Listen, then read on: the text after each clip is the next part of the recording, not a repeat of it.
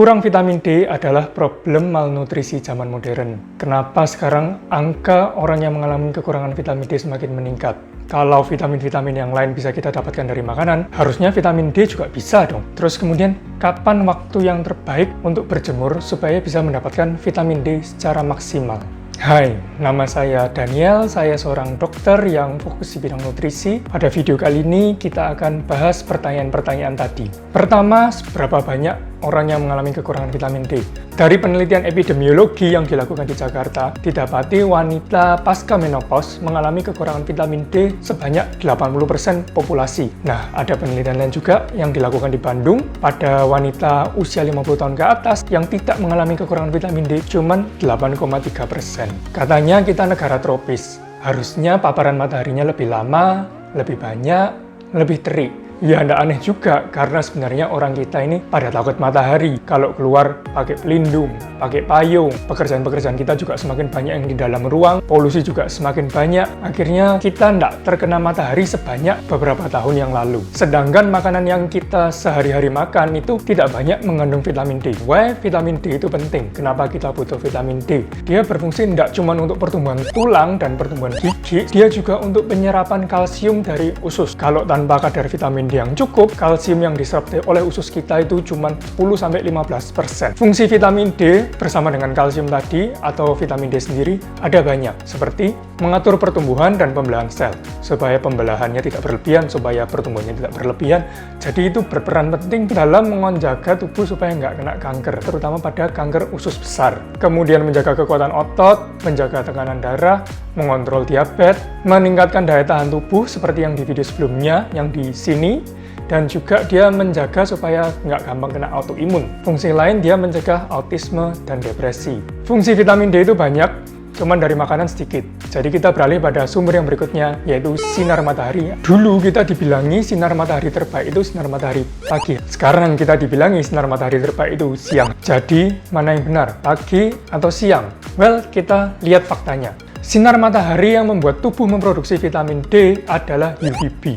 UV itu ada UVA, UVB, dan UVC. UVA adalah sinar matahari dengan gelombang lebih panjang, dia 315-400 nanometer. Dia punya sifat lebih gampang menembus jarak yang jauh, menembus atmosfer, menembus lapisan kulit yang lebih dalam. Dia yang juga yang menyebabkan kulit warna hitam dan juga menyebabkan penuaan kulit atau keriput. Sedangkan UVB gelombangnya lebih pendek, dia memiliki energi yang lebih besar, tapi dia tidak bisa menembus terlalu dalam. Jadi kalau pada kulit, dia hanya bisa menembus lapisan epidermis yang basal atau yang paling dasar. Kemudian dia bisa menembus air, tapi tidak bisa menembus kaca. Jadi kalau kita kena sinar matahari di dalam ruangan atau di dalam mobil, itu artinya kita cuma kena sinar UVA-nya saja. Energi dari UVB yang besar menyebabkan dia dapat merusak DNA kulit, menyebabkan gosong, kalau tadi hitam UVA, kalau ini gosong, dan menyebabkan kanker kulit. UVB paling banyak pada saat siang hari, saat jarak antar matahari dengan permukaan bumi itu paling sedikit. UVC tidak kita bahas pada video ini karena dia tidak bisa menembus atmosfer, tapi UVC ini yang paling kuat, dia yang biasanya dipakai untuk sterilisasi dari alat-alat. Kalau berdasar keterangan tadi, jadi jawaban untuk jam berjemur paling tepat ya siang hari. Makanya artikel-artikel sekarang menyuruh orang berjemur pada siang hari selama 5 menit, 10 menit, ada yang bilang 15 menit sampai 20 menit. Dan kalau gitu, kalau kita sekarang berjemur, pilihlah siang hari. Sekarang jam 1, ini pasti bagus buat dapat vitamin D. Ayo semangat untuk berjemur. Panas juga ya. Vitamin D, vitamin D, vitamin D. Sudah 5 menit belum ya? 5-10 menit kayak gitu. Nggak masuk akal sih saya bilang. Nah, kita mesti ingat penelitian UVB ini dilakukan di belahan bumi utara. Seperti Amerika, Eropa. Mereka sudut mataharinya memang beda dengan yang ada di kita negara tropis. Nah, kalau gitu, apa ukuran yang benar supaya kita bisa dapat vitamin D yang cukup?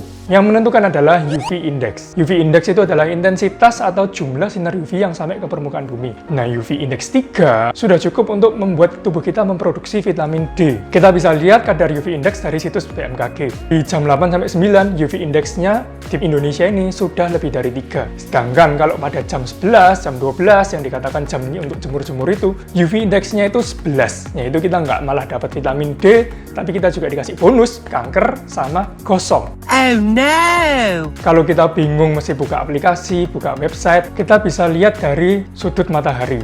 Itu sekitar 30-45 derajat saja dari cakrawala. Kalau bingung sudut matahari 30-45 derajat itu seperti apa, kita bisa lihat dari panjang bayangan tubuh kita. Kalau lebih pendek daripada tinggi badan kita, artinya sudah cukup. Bicara tentang efek UVB, selain dia berguna untuk membuat tubuh memproduksi vitamin D, dia juga punya sifat merusak sel DNA kulit, menyebabkan gosong, bahkan menyebabkan kanker. Nah, ini yang menjadi problem utamanya di masa modern ini, kenapa orang takut berjemur.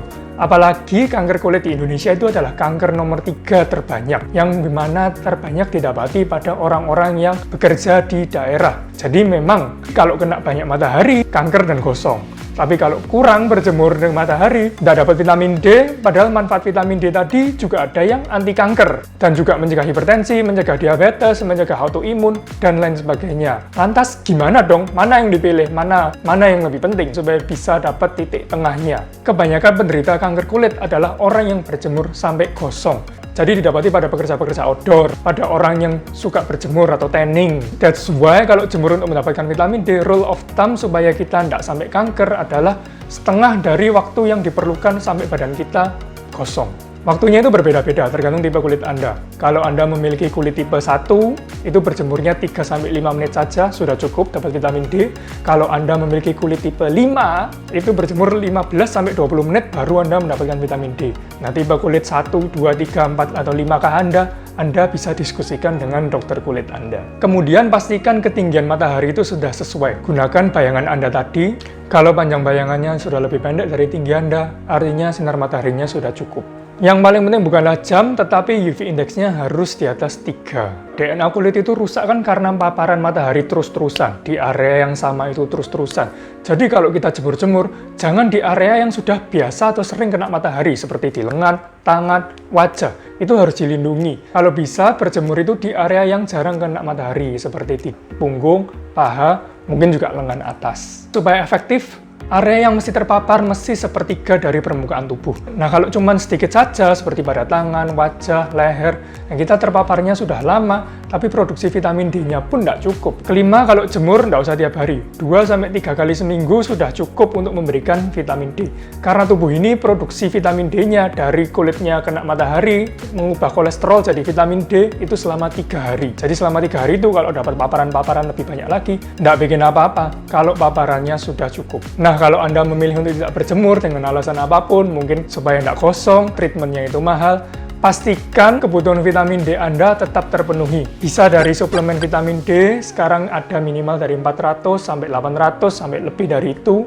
Atau kalau Anda mau, bisa dari cod liver oil. Itu 1 sendok makan memberikan kurang lebih 1360 international unit atau 2,5 kali dari kebutuhan vitamin D harian kita. Yang penting, pastikan Anda tidak mengalami defisiensi vitamin D. Sekian video kali ini, jangan lupa untuk subscribe bagi Anda yang belum, tekan tombol lonceng bila Anda ingin mendapatkan notifikasi saat ada video yang baru.